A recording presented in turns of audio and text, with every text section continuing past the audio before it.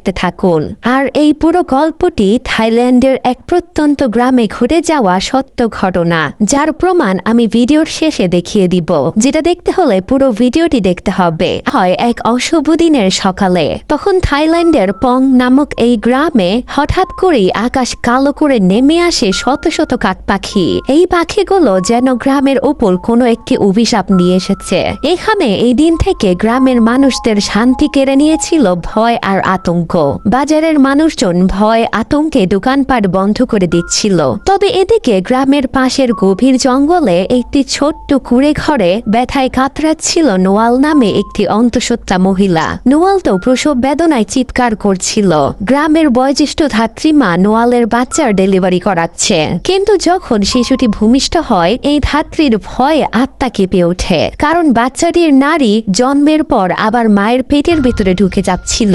আর সবচেয়ে ভয়ের বিষয় হলো এই নবজাতক নিজের নারীকেই কামড়ে কামড়ে খেতে শুরু করে। এই দৃশ্য দেখে ধাত্রীটির মুখ ফ্যাকাশে হয়ে যায়। সে তো ভয়ে চিৎকার করে উঠছিল আর জোরে জোরে বলতে থাকে, এটা তো কোনো সাধারণ মানুষ না, এটা শয়তানের সন্তান। এই বলতে বলতে সে তো সেই কুঁড়ে ঘর থেকে ছুটে পালিয়ে যায়। তাহলে কি গ্রামের আকাশ ঢেকে দেওয়া ওসব কালো পাখি আসার মানেই কি এই অভিশপ্ত শিশুর ভূমিষ্ঠ হওয়া?